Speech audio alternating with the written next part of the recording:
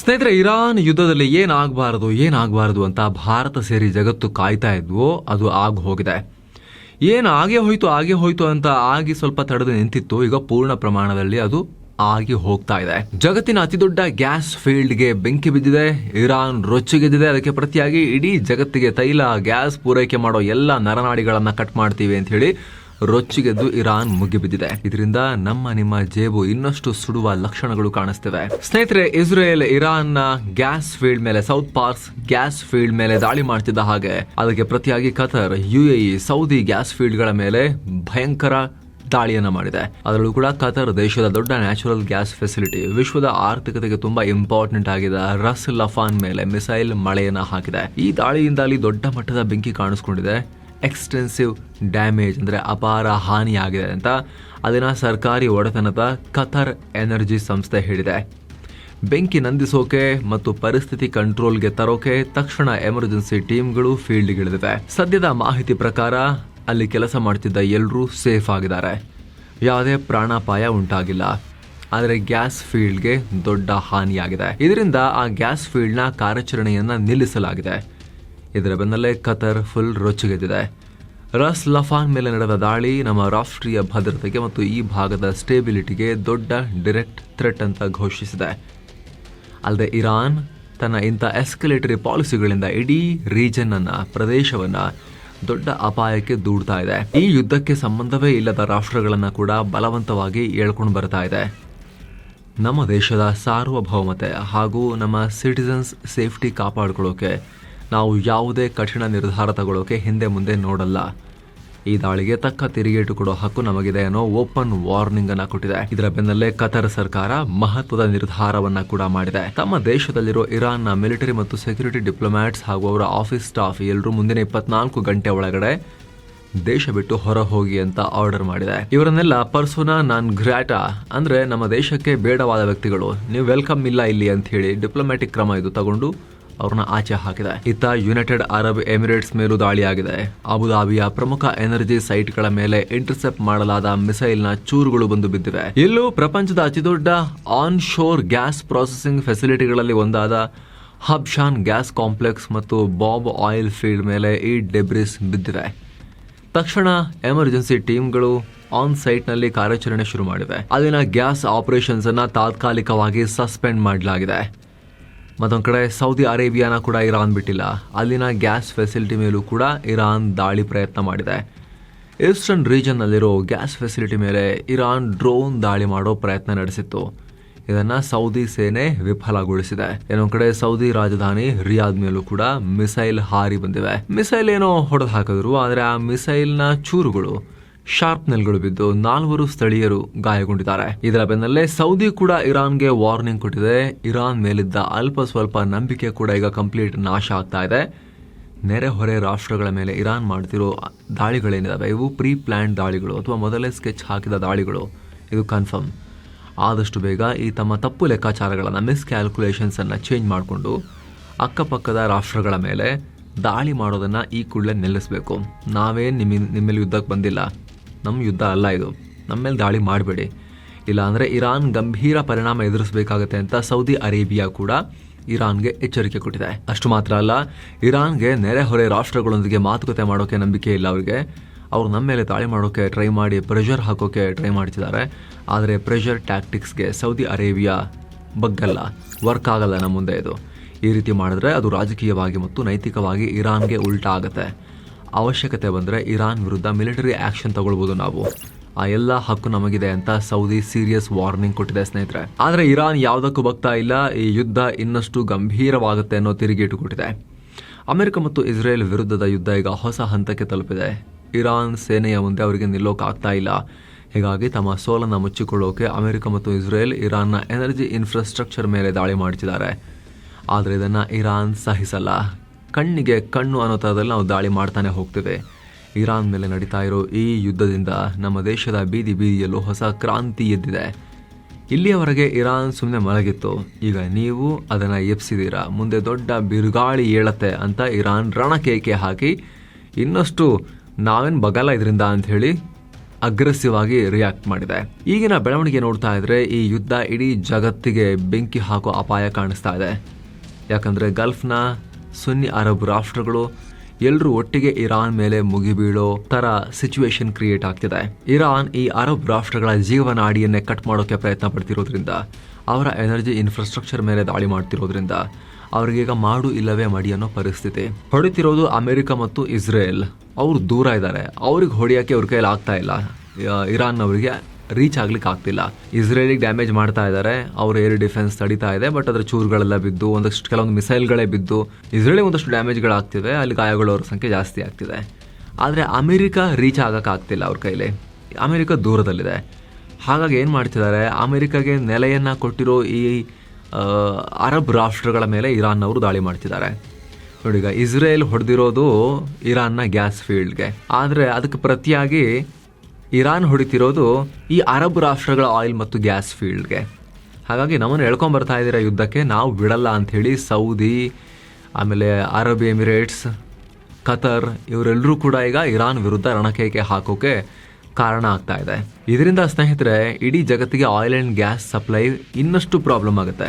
ಭಾರತ ಸೇರಿ ತೈಲ ಮತ್ತು ಗ್ಯಾಸ್ ಇಂಪೋರ್ಟ್ ಮಾಡ್ಕೊಳ್ಳೋ ರಾಷ್ಟ್ರಗಳಿಗೆ ಇದು ಭಾರಿ ಅಪಾಯವನ್ನ ತಂದೊಡ್ಡತ್ತೆ. ಕಚ್ಚಾ ತೈಲದ ಸಪ್ಲೈನಲ್ಲೂ ಕೂಡ ಅಡಚಣೆ ಉಂಟಾಗಿತ್ತು. ಆಲ್ರೆಡಿ ಗ್ಯಾಸ್ ಪ್ರಾಬ್ಲಮ್ ಇತ್ತು ನಮ್ಮಲ್ಲಿ, ಯಾಕಂದ್ರೆ ಇಲ್ಲಿಂದನೇ ತರಿಸ್ಕೊಳ್ಳೋದು ನಾವು. ಅಂಕಿಅಂಶಗಳಲ್ಲಿ ಹೇಳೋದಾದ್ರೆ ಕತರ್ ನಮಗೆ 47% ಅನಿಲವನ್ನ ಪೂರೈಸುತ್ತೆ, UAE 13.5% ಪೂರೈಸುತ್ತೆ, ಮತ್ತು ಒಮಾನ್ ನಮಗೆ ಸಪ್ಲೈ ಮಾಡುತ್ತೆ. ಇಲ್ಲಿ ಸ್ಟ್ರೇಟ್ ಆಫ್ ಹಾರ್ಮುಸ್ ನಲ್ಲಿ ಹೇಗೋ ಇರಾನ್ ಜೊತೆ ಮಾತುಕತೆ ಮಾಡಿಕೊಂಡು ಹಡಗನ್ನ ಬಿಡಿಸ್ಕೊಂಡು ಬರ್ಬೋದು ಅಂತ ನಾವೇನೋ ಪ್ರಯತ್ನ ಪಡ್ತಾ ಇದ್ವಿ. ಆದರೆ ಈಗ ಅವರು ಪರಸ್ಪರ ಒಬ್ರಿಗೊಬ್ರು ಗ್ಯಾಸ್ ಮತ್ತು ಆಯಿಲ್ ಫೀಲ್ಡ್ಗಳ ಮೇಲೆ ಬೆಂಕಿ ಹಾಕೊಳ್ತಿರೋದ್ರಿಂದ, ಬಾಂಬ್ಗಳನ್ನು ಸುರಿಸ್ತಾ ಇರೋದ್ರಿಂದ ಉತ್ಪತ್ತಿ ಆಗೋದಾದ್ರೂ ಹೇಗೆ? ಹೊರ್ಮುಜ್ದಿಂದ ನಮ್ಮ ಹಡಗು ಬರಕ್ಕೆ ಇರಾನ್ ಬಿಟ್ಟರು ಕೂಡ, ಅದರಲ್ಲೂ ಕೂಡ ಇಸ್ರೇಲ್ ಅಟ್ಯಾಕ್ ಮಾಡಿರೋದು ಸೌತ್ ಪಾರ್ಸ್ ಗ್ಯಾಸ್ ಫೀಲ್ಡ್. ಇದು ವಿಶ್ವದಲ್ಲಿ ಅತಿ ದೊಡ್ಡ ಗ್ಯಾಸ್ ಫೀಲ್ಡ್. ಇದು ಕತರ್ ಮತ್ತು ಇರಾನ್ ಶೇರ್ ಮಾಡ್ಕೊಳ್ತಾರೆ. ಮ್ಯಾಪ್ ನಲ್ಲಿ ನೋಡಿ ನೀವು, ಇದಿಷ್ಟು ಪ್ರದೇಶನು ಸೌತ್ ಪಾರ್ಸ್ ಗ್ಯಾಸ್ ಫೀಲ್ಡ್. ಇದನ್ನ ಶೇರ್ ಮಾಡ್ಕೊಳ್ತಾರೆ. ಅರ್ಧ ಇರಾನ್ ಅವರು, ಅರ್ಧ ಕತರ್ನವರು ಇದರಲ್ಲಿ ಪಾಲನ ಹೊಂದಿದ್ದಾರೆ. ಇದರಲ್ಲಿ ಇರಾನ್ ಭಾಗಕ್ಕೆ ಇಸ್ರೇಲ್ ಬಾಂಬ್ ಹಾಕ್ತು. ಈಗ ರೊಚ್ಚಿಗೆದ್ದು ಕತರ್ ಭಾಗಕ್ಕೆ ಇರಾನ್ ಬಾಂಬ್ ಹಾಕಿದೆ. Ras Laffan gas site global ಲೆವೆಲ್ನಲ್ಲಿ ಬಹಳ ಕ್ರಿಟಿಕಲ್ ಆಗಿರೋ ಜಾಗ ಇದು. ಇದೇ ಗ್ಯಾಸ್ ಫೀಲ್ಡ್ನ ವ್ಯಾಪ್ತಿಯಲ್ಲೇ ಬರೋ ಒಂದು ಪ್ರಾಸೆಸಿಂಗ್ ಯೂನಿಟ್ ಅಂತ ಅನ್ಕೊಳ್ಳಿ, ಒಂಥರ ಇಂಡಸ್ಟ್ರಿಯಲ್ ಸಿಟಿ ಇದು. ಅಲ್ಲಿಗೀಗ ಇರಾನ್ ದಾಳಿ ಮಾಡಿದೆ ಕತರ್ಗೆ. ಇದು ವರ್ಷಕ್ಕೆ 77 ಮಿಲಿಯನ್ ಟನ್ ಗ್ಯಾಸನ್ನು ಹ್ಯಾಂಡಲ್ ಮಾಡ್ತಾ ಇತ್ತು. ಪ್ರಪಂಚದ 25% LNG ಮಾರ್ಕೆಟ್ ಇದರ ಮೇಲೆ ಡಿಪೆಂಡ್ ಆಗಿದೆ. ಈಗ ಈ ಸೈಟ್ ಡ್ಯಾಮೇಜ್ ಆಗಿರೋದ್ರಿಂದ ಪ್ರಪಂಚದಾದ್ಯಂತ ಗ್ಯಾಸ್ ರೇಟ್ ಸಪ್ಲೈ ಪ್ರಾಬ್ಲಮ್ ಆಗುತ್ತೆ. ರಷ್ಯಾ ಯುಕ್ರೇನ್ ಯುದ್ಧ ಶುರುವಾದಾಗಿನಿಂದ ಸಂಪೂರ್ಣವಾಗಿ LNG ಮೇಲೆ ಡಿಪೆಂಡ್ ಆಗಿರೋ ಜರ್ಮನಿ ಸೇರಿದ ಹಾಗೆ ಇಡೀ ಯುರೋಪ್ಗೆ ಇದರಿಂದ ದೊಡ್ಡ ಶಾಕ್. ಟ್ರಂಪ್ಗೆ ಹೆಲ್ಪ್ ಮಾಡಲ್ಲ ಅಂತ ಹೇಳ್ತಿದ್ರಲ್ಲ, ಈಗ ಅವರಿಗೆ ಬಿಸಿ ತಟ್ಟುತ್ತೆ. ಜೊತೆಗೆ ಭಾರತ, ಜಪಾನ್, ಟರ್ಕಿ, ಚೈನಾ ಎಲ್ರಿಗೂ ಎಫೆಕ್ಟ್ ಆಗುತ್ತೆ. ಫಿನಾನ್ಷಿಯಲಿ ವೀಕ್ ಆಗಿರೋ ಸಣ್ಣ ರಾಷ್ಟ್ರಗಳಿಗಂತೂ ಬದುಕೋದೇ ಕಷ್ಟ ಆಗುತ್ತೆ. ರೇಟ್ ಜಾಸ್ತಿ ಆಗಿ ಖರೀದಿ ಮಾಡೋಕ್ಕೆ ಆಗದೆ ಇರ್ಬೋದು. ಪ್ರೈಸ್ ಹೈಕ್ನಿಂದಾಗಿ ಕೆಲವೊಂದು ಬಿಸ್ನೆಸ್ಗಳನ್ನು ನಡೆಸೋದೇ ಕಷ್ಟ ಆಗ್ಬೋದು. ಮುಖ್ಯವಾಗಿ ಗ್ಯಾಸ್ ಮತ್ತು ಆಯಿಲ್ ರೇಟ್ ಜಾಸ್ತಿ ಆದರೆ ಅದು ಪ್ರತಿಯೊಂದು ವಲಯದ ಮೇಲೂ ಕೂಡ ಪ್ರಭಾವ ಬೀರಿ ಗ್ಲೋಬಲ್ ಲೆವೆಲ್ನಲ್ಲಿ ಇನ್ಫ್ಲೇಷನ್, ಹಣದುಬ್ಬರಕ್ಕೆ ಕಾರಣ ಆಗುತ್ತೆ. ಇದರಿಂದ ಹಲವು ರಾಷ್ಟ್ರಗಳ ಎಕಾನಮಿ ಸ್ಟ್ಯಾಗ್ನೇಷನ್ ಆಗ್ಬೋದು, ಗ್ರೋ ಆಗದೆ ಇರ್ಬೋದು ಅಥವಾ ಕುಸಿಲೂಬಹುದು. ಅಷ್ಟು ಮಾತ್ರ ಅಲ್ಲ, ಫರ್ಟಿಲೈಸರ್, ಅನಿಮಲ್ ಫೀಡ್ ಮತ್ತು ಪೆಟ್ರೋಕೆಮಿಕಲ್ ಪ್ರಾಡಕ್ಟ್ಗಳ ಕೊರತೆ ಉಂಟಾಗಿ ಅವುಗಳ ರೇಟ್ ಕೂಡ ವಿಪರೀತ ಏರಿಕೆ ಆಗ್ಬೋದು ಅಂತ ಅಮೆರಿಕನ್ ಯೂನಿವರ್ಸಿಟಿ ಪ್ರೊಫೆಸರ್ ಬಬಾಕ್ ಹಾಫೇಜಿ ಹೇಳಿದ್ದಾರೆ. ಸದ್ಯ ಸ್ನೇಹಿತರೆ, ಬ್ರೆಂಟ್ ಕ್ರೂಡ್ ಆಯಿಲ್ ಪ್ರೈಸ್ನಲ್ಲೂ ಕೂಡ ಇದು ಕಾಣಿಸ್ತಾ ಇದೆ. $100 ಸುತ್ತಮುತ್ತ ಇದ್ದಿದ್ದು ಸೀದಾ 10%ಗೂ ಅಧಿಕ ಜಂಪ್ ಆಗಿ $110-111 ಆಸುಪಾಸಲ್ಲಿತ್ತು. ಅರ್ಲಿ ಮಾರ್ನಿಂಗ್ ನಾವು ಈ ವಿಡಿಯೋನ ರೆಕಾರ್ಡ್ ಮಾಡೋ ಟೈಮ್ನಲ್ಲಿ, ನಿಮ್ಮ ಹತ್ರ ಈ ವಿಡಿಯೋ ಬರೋ ಟೈಮ್ನಲ್ಲಿ, ನೀವು ನೋಡೋ ಟೈಮ್ನಲ್ಲಿ, ಡೇನಲ್ಲಿ ಇದು ಇನ್ನೂ ಜಾಸ್ತಿನೂ ಆಗಿರೋ ಸಾಧ್ಯತೆ ಇರುತ್ತೆ. ಇದರ ಪರಿಣಾಮ 2-3 ದಿನ ಸ್ವಲ್ಪ ಚೇತರಿಕೆ ಕಂಡಿದ್ದ ಸ್ಟಾಕ್ ಮಾರ್ಕೆಟ್ಗಳು ಮತ್ತೊಮ್ಮೆ ಅಡ್ಡಡ್ಡ ಬೀಳುವ ಅಪಾಯ ಕೂಡ ಇರೋ ಸಾಧ್ಯತೆ ಇರುತ್ತೆ. ಇನ್ನೊಂದ್ ಕಡೆ ಟ್ರಂಪ್ಗೂ ಈ ಯುದ್ಧ ನಿಲ್ಲಿಸೋ ಮನಸ್ಸಿಲ್ಲ. ಈಗ ಮತ್ತೆ ಮಿಡಲ್ ಈಸ್ಟ್ಗೆ ಸಾವಿರಾರು ಸೈನಿಕರನ್ನ ಕಳಿಸೋ ಬಗ್ಗೆ ಟ್ರಂಪ್ ಪ್ಲಾನ್ ಮಾಡಿದ್ದಾರೆ. ಹಾರ್ಮೋಸ್ ಜಲಸಂಧಿಯನ್ನ ಕಂಟ್ರೋಲ್ಗೆ ತಗೊಳ್ಳೋಕೆ ಕೆಳಗೆ ನೆಲದಲ್ಲಿ ಸೈನಿಕರನ್ನ ಇಳಿಸೋಕೆ ಮುಂದಾಗಿದ್ದಾರೆ. ಇದರ ಜೊತೆಗೆ ಇರಾನ್ನ ಕರಾವಳಿ ಪ್ರದೇಶ ಹಾಗೂ ಇರಾನ್ನ 90% ತೈಲ ರಫ್ತು ಮಾಡೋ ಕಾರ್ಗ್ ದ್ವೀಪಕ್ಕೆ ಅಮೆರಿಕದ ಭೂಸೇನೆಯನ್ನ ಇಳಿಸುವ ಬಗ್ಗೆ ಚರ್ಚೆ ನಡೀತಾ ಇದೆ. ಆದರೆ ಈ ದ್ವೀಪದ ಮೇಲೆ ಇರಾನ್ ಸುಲಭವಾಗಿ ಡ್ರೋನ್ ಮತ್ತು ಕ್ಷಿಪಣಿಗಳ ಮೂಲಕ ದಾಳಿ ಮಾಡಬಹುದಾಗಿರೋದ್ರಿಂದ ಇದು ತುಂಬಾನೇ ರಿಸ್ಕಿ ಆಪರೇಷನ್ ಅಂತ ಅಮೆರಿಕನ್ ಅಧಿಕಾರಿಗಳೇ ಹೇಳ್ತಿದ್ದಾರೆ. ಈಗ ಆಲ್ರೆಡಿ ಮಾರ್ಚ್ 13ನೇ ತಾರೀಕು ಈ ದ್ವೀಪದ ಸೇನಾ ನೆಲೆಗಳ ಮೇಲೆ ಅಮೆರಿಕ ಅಟ್ಯಾಕ್ ಮಾಡಿತ್ತು. ಆದರೆ ಹೊಸದಾಗಿ ಮಿಡಲ್ ಈಸ್ಟ್ ಯುದ್ಧಗಳಲ್ಲಿ ಭಾಗಿಯಾಗಲ್ಲ ಅಂತ ಎಲೆಕ್ಷನ್ ಟೈಮ್ನಲ್ಲಿ ಭರವಸೆ ಕೊಟ್ಟಿದ್ದ ಟ್ರಂಪ್ಗೆ ಈಗ ಸಾವಿರಾರು ಸೈನಿಕರನ್ನ ಇರಾನ್ ವಿರುದ್ಧದ ಯುದ್ಧಕ್ಕೆ ಕಳಿಸೋದು ಒಂಥರ ಅವರೇ ಕೊಟ್ಟ ಪ್ರಾಮಿಸನ್ನು ಬ್ರೇಕ್ ಮಾಡ್ದಂಗೆ ಆಗುತ್ತೆ. ಮಿಡ್ ಟರ್ಮ್ ಎಲೆಕ್ಷನ್ ಟೈಮ್ನಲ್ಲಿ ಪೊಲಿಟಿಕಲ್ ಏನಾದರೂ ಕೂಡ ಇದರಿಂದ ಅಡ್ಡ ಪರಿಣಾಮ ಆಗುತ್ತಾ ಅನ್ನೋ ಪೊಲಿಟಿಕಲ್ ಟೆನ್ಷನ್ ಕೂಡ ಇದೆ.